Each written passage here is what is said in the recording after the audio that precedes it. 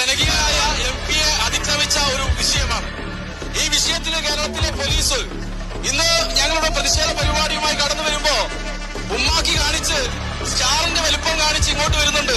ഞങ്ങൾക്ക് പോലീസിന്റെ ഒരു സഹായവും ആവശ്യമില്ല, പോലീസിന്റെ കരുതലും വേണ്ട.